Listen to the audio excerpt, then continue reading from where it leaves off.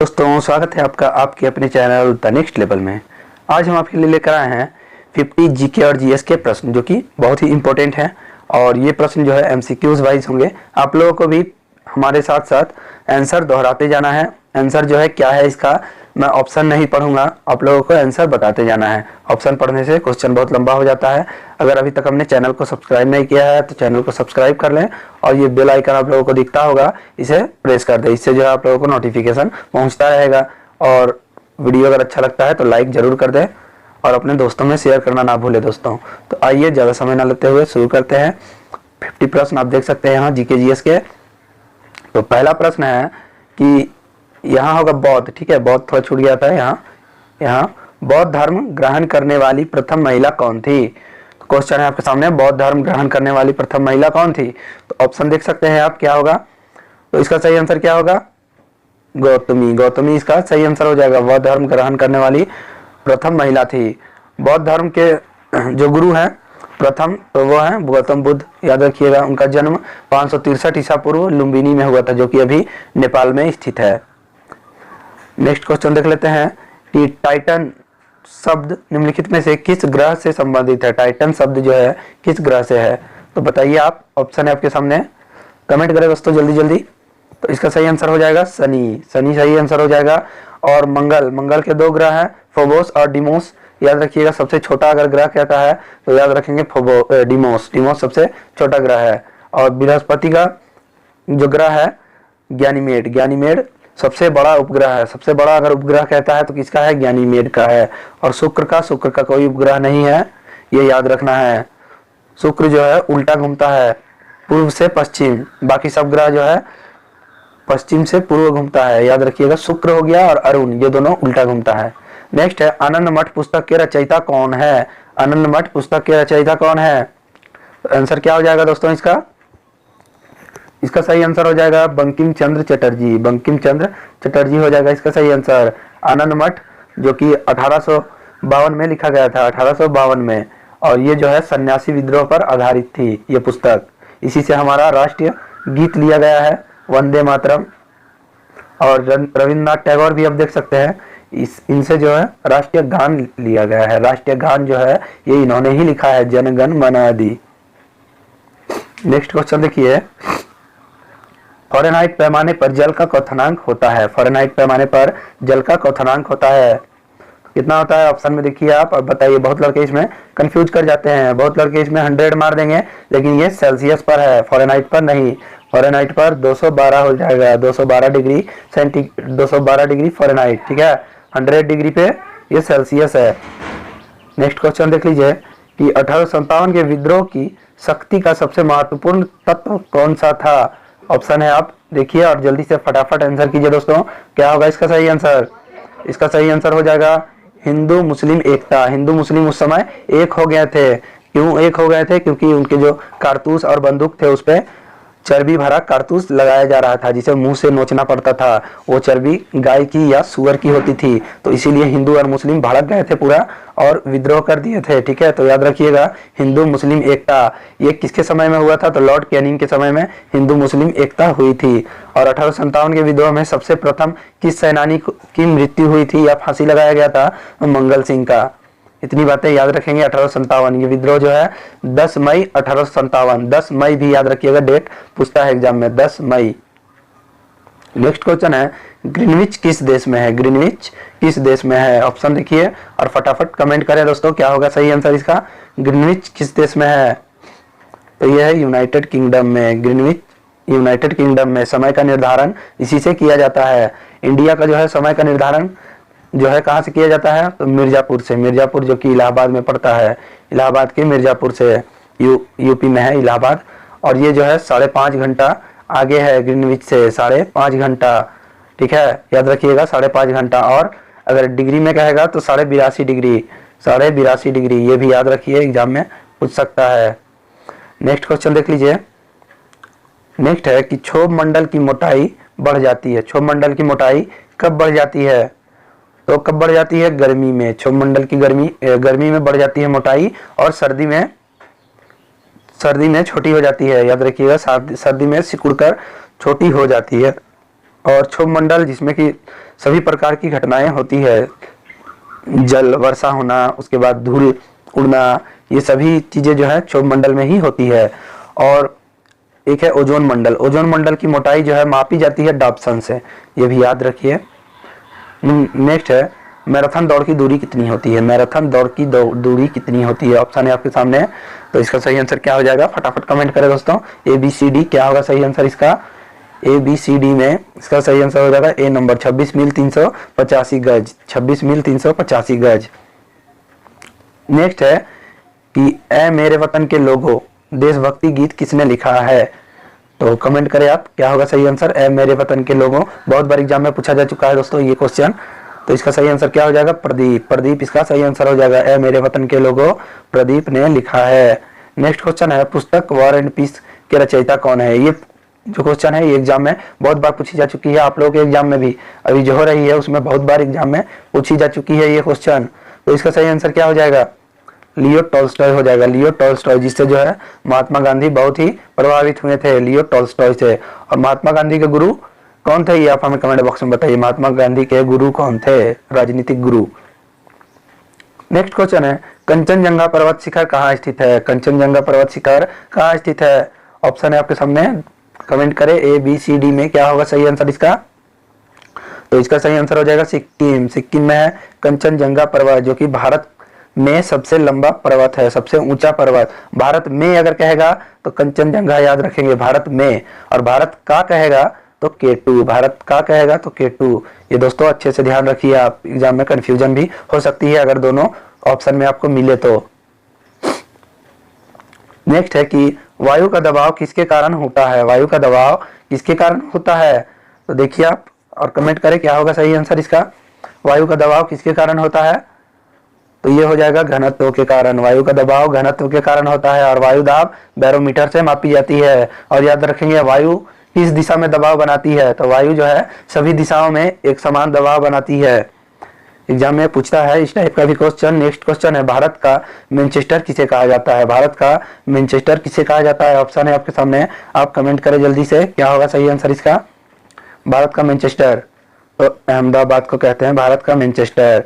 और सूती वस्त्रों की राजधानी या फिर भारत का बॉलीवुड कहाँ है, तो मुंबई में है, याद रखिएगा। और लखनऊ, लखनऊ में क्या है, विश्व अनुसंधान संस्थान लखनऊ में है। और सूरत, सूरत में क्या है, सूरत में तो हीरा तराशने का कला है, हीरा तराशी जाती है सूरत में, हीरा तराशी जाती है सूरत में। वनस्पति अनुसंधान संस्थान, विश्व अनुसंधान संस्थान, ये सब लखनऊ में है। नेक्स्ट है कि निम्नलिखित में से किसे भविष्य का धातु कहा जाता है। भविष्य का धातु किसे कहा जाता है, ऑप्शन देखिए आप और कमेंट करें क्या होगा सही आंसर इसका। भविष्य की धातु किसे कहा जाता है, तो प्लेटिनियम को कहा जाता है भविष्य की धातु, प्लेटिनियम। और भविष्य का ईंधन किसे कहा जाता है, हाइड्रोजन को। नेक्स्ट है कि ध्वनि की चाल अधिकतम होती है। ध्वनि की चाल अधिकतम कहां पर होती है, ध्वनि की चाल अधिकतम कहां पर होती है दोस्तों, तो स्टील में होती है। ध्वनि की चाल अधिकतम होती है स्टील में, स्टील में, इस्पात में, ठीक है। और निर्वात जो लिखा हुआ है यहाँ, इसमें ध्वनि की चाल नहीं होती है, ध्वनि की चाल एकदम नहीं गुजर सकती है निर्वात से। और गैस से जो है सबसे कम गुजरती है ध्वनि की चाल। अगर कहा जाए सबसे कम किससे गुजरती है, तो याद रखिएगा गैस में सबसे कम गुजरती है और स्टील में सबसे अधिक। स्टील, इस्पात, ठोस कुछ भी लिखा हुआ रह सकता है, तो ध्यान रखेंगे अच्छे से। नेक्स्ट है संविधान को कब अंगीकार किया गया था। संविधान को कब अंगीकार किया गया था, ऑप्शन देखिए आप और कमेंट करें क्या होगा सही आंसर इसका। इस दिन को संविधान दिवस के रूप में भी मनाते हैं, तो इसका सही आंसर हो जाएगा 26 नवंबर 1949 को संविधान को अंगीकार किया गया था। और इसे लागू कब किया गया था, 26 जनवरी 1950 को। दोनों डेट ध्यान रखिएगा आप, अंगीकार नवंबर को, ठीक है 26 नवंबर, और लागू किया गया था 26 जनवरी। काफी कंफ्यूजन करता है दोनों डेट, तो अच्छे से आप याद रखिएगा। नेक्स्ट क्वेश्चन है कि ब्रिटिश ईस्ट इंडिया कंपनी की स्थापना कब हुई थी। ब्रिटिश ईस्ट इंडिया कंपनी की स्थापना कब हुई थी, तो जल्दी से देखें आप और कमेंट करें क्या होगा सही आंसर इसका। तो इसका सही आंसर क्या हो जाएगा, बी नंबर, बी नंबर सही आंसर हो जाएगा, यानी कि 1600 हो जाएगा, ठीक है। और ये जो देख रहे हैं 1602, ये डच ईस्ट इंडिया कंपनी की थी, डच ईस्ट इंडिया कंपनी 1602। और 1616 फ्रांसीसी ईस्ट इंडिया कंपनी की आई थी? 1616 फ्रांसीसी ईस्ट इंडिया कंपनी। याद रखिएगा, काफी इंपॉर्टेंट प्रश्न है ये। नेक्स्ट क्वेश्चन है कि यूएनओ का मुख्यालय कहाँ है? यूएनओ का मुख्यालय कहाँ है?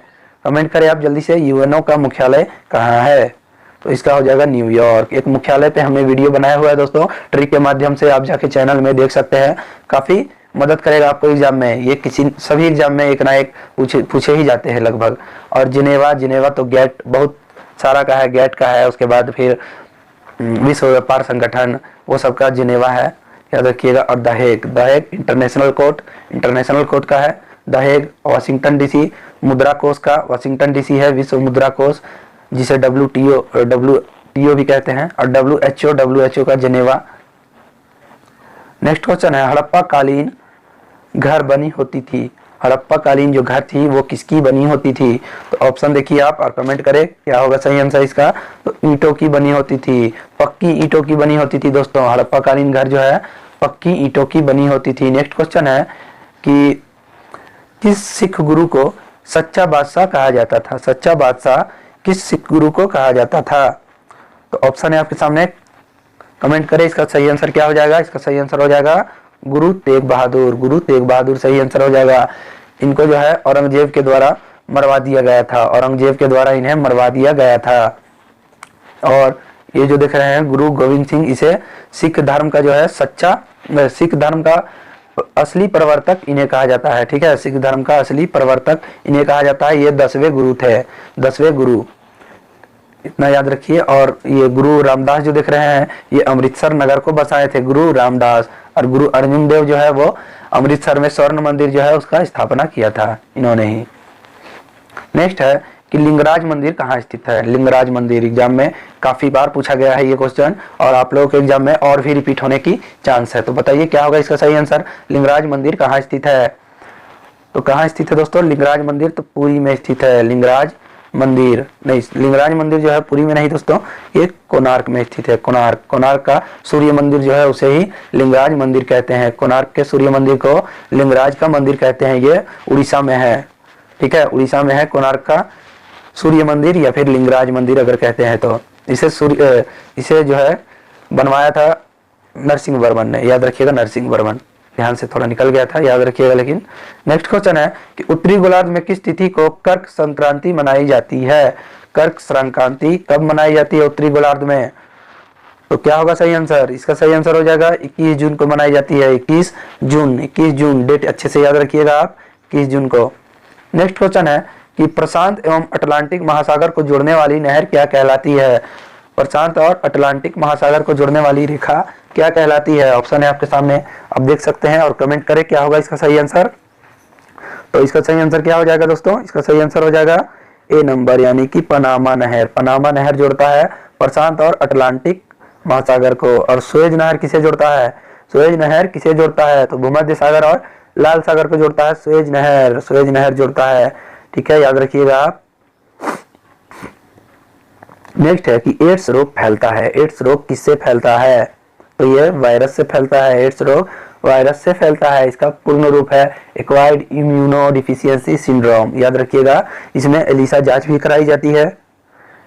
नेक्स्ट क्वेश्चन देखिए कि मृग मरीचिका का कारण क्या है? मृग मरीचिका का कारण क्या है? तो ऑप्शन है आपके सामने, देख सकते हैं आप। तो क्या होगा सही आंसर इसका? इसका सही आंसर क्या हो जाएगा? प्रकाश का पूर्ण आंतरिक परावर्तन। मृग मरीचिका किसे कहते हैं? जो हम लोग सफर करते हैं दोस्तों, तो रास्ता में देखते होंगे कि दूर दूर में पानी बिखरा हुआ है, वैसा दिखाई देता है, और सामने जाने पे कुछ भी नहीं होता है, तो उसे ही मृग मरीचिका कहते हैं। तो वो किसके कारण होता है? तो प्रकाश का पूर्ण आंतरिक परावर्तन के द्वारा होता है मृग मरीचिका। नेक्स्ट क्वेश्चन है कि गैस में उत्पन्न ध्वनि तरंग सदैव होती है। सदैव कैसी होती है? गैस में जो उत्पन्न ध्वनि तरंग है कैसी होती है? कैसी होती है? तो अनुदैर्घ्य होती है। अनुदैर्घ्य होती है गैस में, अनुदैर्घ्य, याद रखिएगा। नेक्स्ट क्वेश्चन है कि परमाणु के नाभिक में होता है। परमाणु के नाभिक में क्या होता है? ऑप्शन देखिए आप, काफी कंफ्यूजन वाला ऑप्शन है, और कमेंट करें जल्दी से क्या होगा सही आंसर इसका। पता है दोस्तों तो कमेंट करें। तो इसका सही आंसर हो जाएगा प्रोटॉन और न्यूट्रॉन। प्रोटॉन और न्यूट्रॉन नाभिक में होता है, और परमाणु के बाहर में जो है इलेक्ट्रॉन चक्कर मारता है, ये आप लोग जानते ही होंगे। इलेक्ट्रॉन जो है बाहर में चक्कर मारता है। और इलेक्ट्रॉन की खोज किसने की थी? जे थॉमसन ने की थी। प्रोटॉन की खोज किसने की थी? तो रदरफोर्ड या गोल्डस्टीन, दोनों देता है तो दोनों याद रखिएगा, रदरफोर्ड या गोल्डस्टीन। न्यूट्रॉन का चैडविक, तो कंफ्यूजन नहीं होगी, अच्छे से याद हो जाएगी, तो याद रखिएगा दोस्तों अच्छे से, ठीक है। और नाभिक का खोज अगर कहा जाए तो वो रदरफोर्ड ने किया था। अयोध्या किस नदी के किनारे है? अयोध्या किस नदी के किनारे है? अभी आप लोग देखे ही होंगे फैजाबाद का नाम बदलकर अयोध्या रख दिया गया है, जो कि यूपी का एक शहर है। तो अयोध्या जो नदी है वो किस शहर, अयोध्या जो शहर है वो किस नदी के किनारे है? काफी इंपॉर्टेंट प्रश्न बन जाता है ये। तो इसका सही आंसर हो जाएगा सरयू नदी। सरयू नदी के किनारे है अयोध्या। और गंगा किस नदी के किनारे है, किस शहर के किनारे है? तो पटना शहर गंगा नदी के किनारे है। यमुना जो है आगरा, दिल्ली, ये सब याद रखिएगा। और संगम जो गंगा यमुना सरस्वती का संगम होता है इलाहाबाद में, उसी को संगम यहाँ कहा गया है। नेक्स्ट है कि भारत में सबसे छोटा प्रदेश कौन सा है? सबसे छोटा राज्य कौन सा है भारत का? क्षेत्रफल की दृष्टि से बताना है दोस्तों। क्या होगा इसका सही आंसर? तो इसका सही आंसर हो जाएगा गोवा। इसमें काफी कंफ्यूजन होती है गोवा और सिक्किम में, तो याद रखेंगे क्षेत्रफल की दृष्टि से गोवा हो जाएगा सबसे छोटा देश। और जनसंख्या की दृष्टि से तो सिक्किम, जनसंख्या की दृष्टि से सिक्किम छोटा। और सबसे बड़ा अगर कहा जाए क्षेत्रफल की दृष्टि से तो राजस्थान, और जनसंख्या की दृष्टि से सबसे छोटा हो जाएगा यूपी, सबसे बड़ा हो जाएगा यूपी। दोनों याद रखिए, कंफ्यूजन क्रिएट करती है ये सब क्वेश्चन, तो अच्छे से याद रखेंगे। नेक्स्ट क्वेश्चन है कि क्रिकेट के किस खिलाड़ी ने एक शस्त्र में अधिकतम रन बनाए हैं? तो ऑप्शन है आपके सामने देख सकते हैं और कमेंट कीजिए क्या होगा सही आंसर। इसका सही आंसर क्या होगा? क्रिकेट के किस शस्त्र में सबसे अधिक रन बनाए थे? तो किसने बनाया था सबसे अधिक रन? तो इसका सही आंसर हो जाएगा ब्रायन लारा। ये टेस्ट क्रिकेट की बात हो रही है तो ब्रायन लारा हो जाएगा इसका सही आंसर। और अगर वनडे क्रिकेट की बात कहा जाए तो इसमें रोहित शर्मा, जो आप लोगों को पता ही होगा, रोहित शर्मा सबसे अधिक रन बनाने वाले प्लेयर है वनडे क्रिकेट में। नेक्स्ट क्वेश्चन देख लीजिए कि मानस वन्य जीव अभयारण्य किस राज्य में स्थित है? मानस वन्य जीव अभयारण्य किस राज्य में स्थित है? ये जो है हाथी के लिए काफी फेमस है, हाथी के लिए फेमस अभयारण्य है ये। कहाँ है ये? तो ये है असम में। मानस वन्य जीव अभयारण्य कहाँ है? असम में है। और काजीरंगा भी असम में ही है। काजीरंगा राष्ट्रीय उद्यान ये भी असम में है। इसमें गेंडा, जो एक सींग वाला गेंडा के लिए ये फेमस है, ठीक है। नेक्स्ट क्वेश्चन है कि कौन सा सबसे चमकीला ग्रह है? सबसे चमकीला ग्रह कौन सा है? तो देखिए आप क्या होगा सही आंसर। काफी कंफ्यूजन क्वेश्चन है ये। सही आंसर क्या हो जाएगा? बहुत कोई इसमें मंगल मार देंगे, बुध भी मार देंगे, शुक्र भी मार देंगे, तो ये तीनों में काफी कंपटीशन चलती है। तो बताइए इसका सही आंसर क्या होगा? तो सही आंसर क्या हो जाएगा दोस्तों? सबसे चमकीला ग्रह कौन है? तो शुक्र है। सबसे चमकीला ग्रह शुक्र है। और मंगल जो है ये लाल ग्रह कहते हैं मंगल को, इसमें लो ऑक्साइड के कारण इसे लाल ग्रह कहते हैं। और बुध ये सूर्य के सबसे नजदीक है, तो इसके लिए भी कुछ लोग जो है सोचते हैं कि ये चमकीला ग्रह हो सकता है। और गर्म ग्रह भी अगर कहा जाए कि गर्म ग्रह कौन है, तो शुक्र है। गर्म ग्रह भी शुक्र है। इसमें कार्बन डाइऑक्साइड की मात्रा सबसे अधिक होती है। और बुध जो है ये सूर्य के नजदीक है, तो इसे गर्म ना समझिए दोस्तों, इसमें कंफ्यूजन ना करें अपना।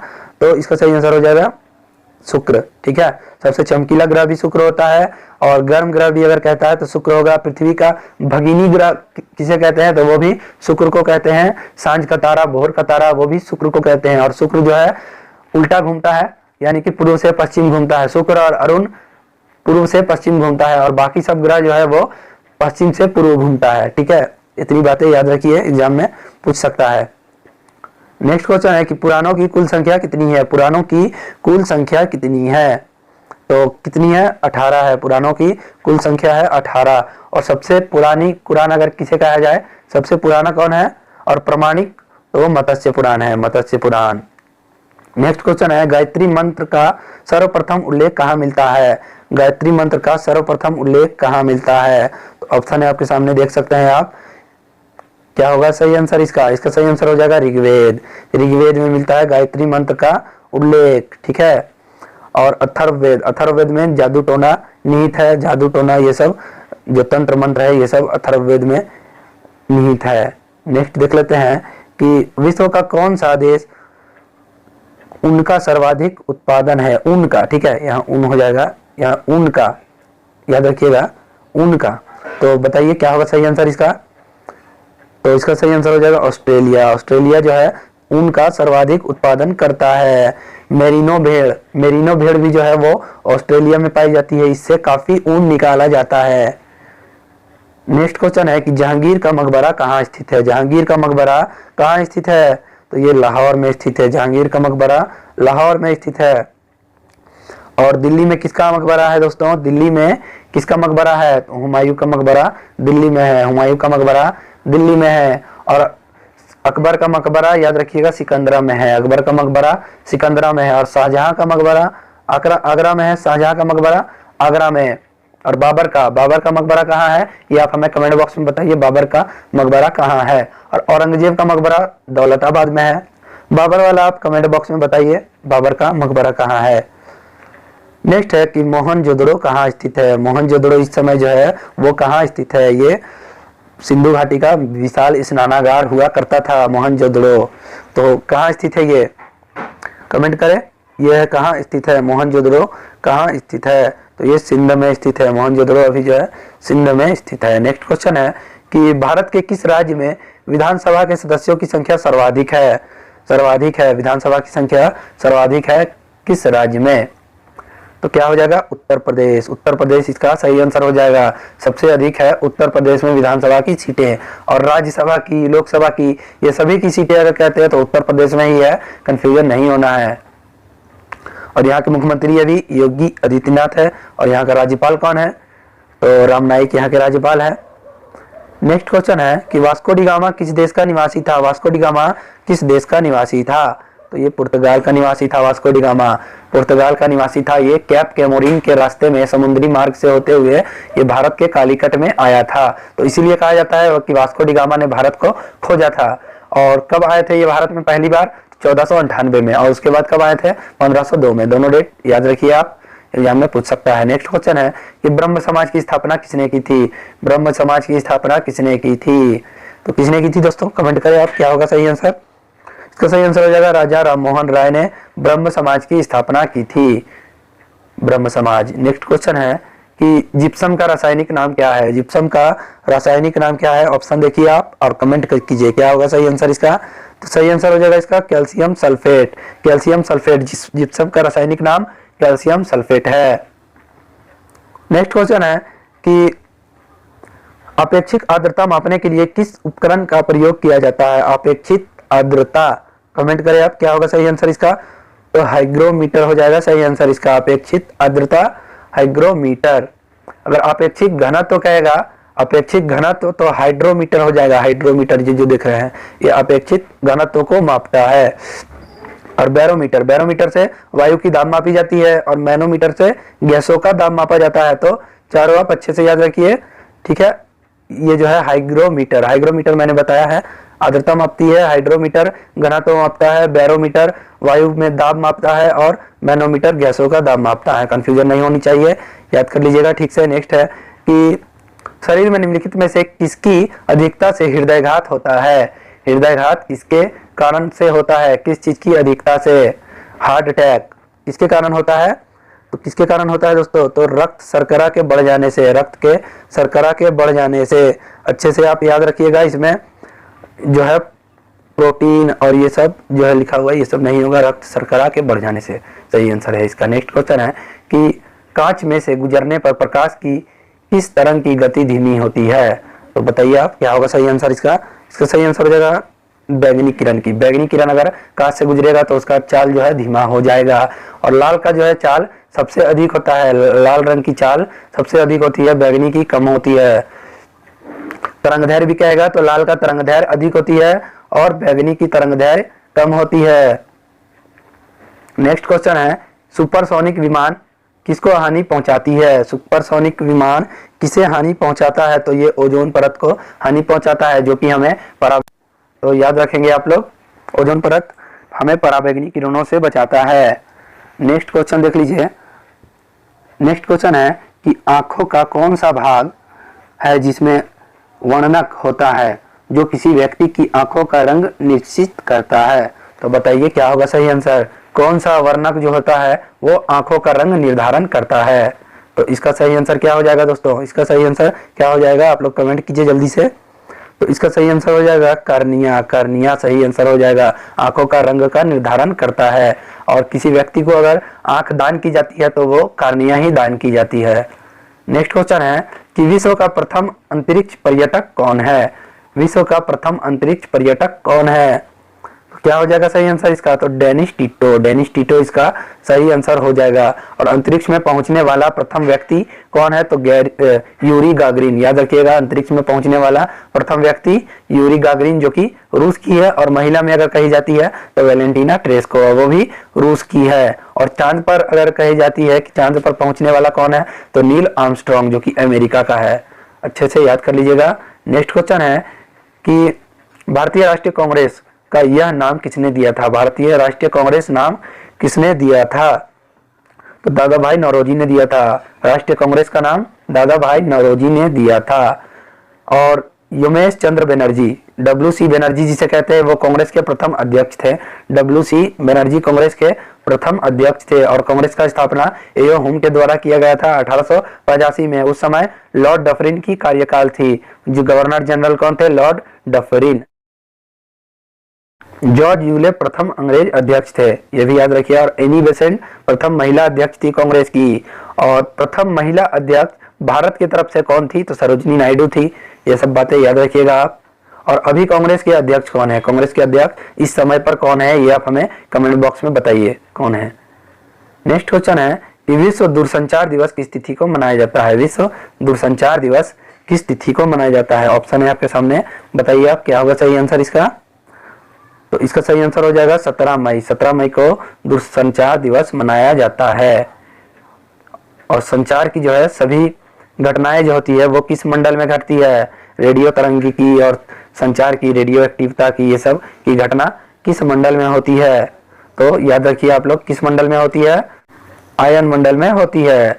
नेक्स्ट और आज की आखिरी क्वेश्चन है कि पोंगल किस प्रांत का राजकीय त्योहार है? पोंगल किस राज्य का राजकीय त्योहार है? पोंगल, तो ये तमिलनाडु का त्योहार है। तमिलनाडु का काफी फेमस त्योहार है पोंगल। और गुजरात का गरबा, भांगड़ा, ये सब डांस फॉर्म है गुजरात का, याद रखिए। और आंध्र प्रदेश का कुचिपुड़ी और छत्तीसगढ़ का पांडवानी। तो यहाँ समाप्त हो जाते हैं दोस्तों 50 इंपोर्टेंट प्रश्न, जो कि आपने देखा होगा कितने इंपोर्टेंट थे। ये प्रश्न जो है दोस्तों बहुत ही अच्छे प्रश्न है, एग्जाम में पूछे जा चुके प्रश्न है ये सब, और आप लोगों के एग्जाम में भी पूछे जाने की बहुत संभावना है। तो लाइक, शेयर और सब्सक्राइब करना ना भूले। तो मिलता हूँ नेक्स्ट वीडियो में, तब तक के लिए जय हिंद, जय भारत और वंदे मातरम।